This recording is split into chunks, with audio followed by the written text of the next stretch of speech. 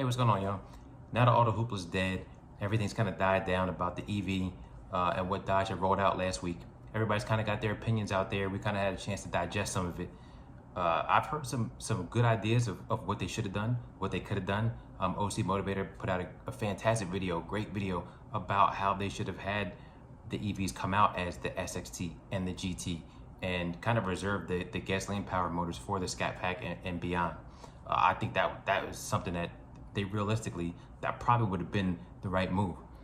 But to piggyback on that, another move that I think that they really should have considered, they were already doing it anyway, right? With the vehicle right behind me, with the Challenger, they were already doing this. This vehicle came out in 2008. Essentially, it's the same architecture, same vehicle, all the way through to the last call, 2023 models.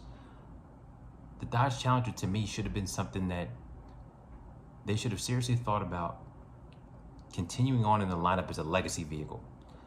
Similar to what Mercedes does with the G Wagon, right? G Wagon's been the same. When did they start making that? It's the early 70s, right? 72, 73, somewhere there.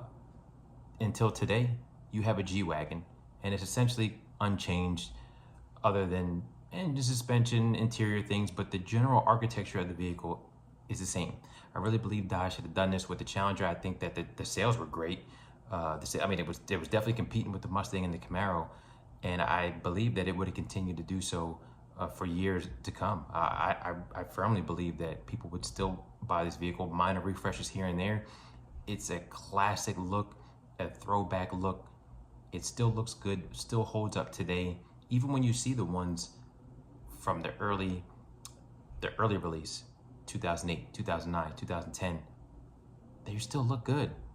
Even prior to the complete refresh in 2015, when you're talking about the 2013, 2014 392s, they look awesome, especially the ones with the stripes. They look fantastic. I really believe that this would have been something that, come on, let's think about this here, right?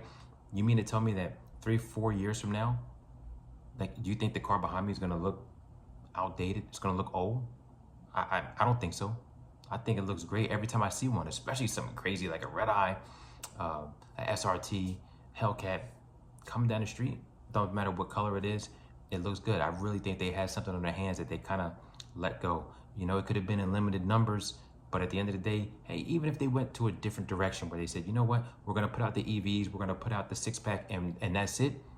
As far as anything new, however, we're gonna have our legacy lineup, or our legacy line of Dodge Challenger, that you can get it as a 392 or a Hellcat, or even if they said, you know what, we're gonna get rid of the 392, you can only get it as a Hellcat, but we're gonna keep this here, or vice versa. Get rid of the Hellcat, keep it as a 392, but you have a big V8 as a legacy vehicle, and just kind of update little refreshes here and there. I think that that's something that they really should have considered.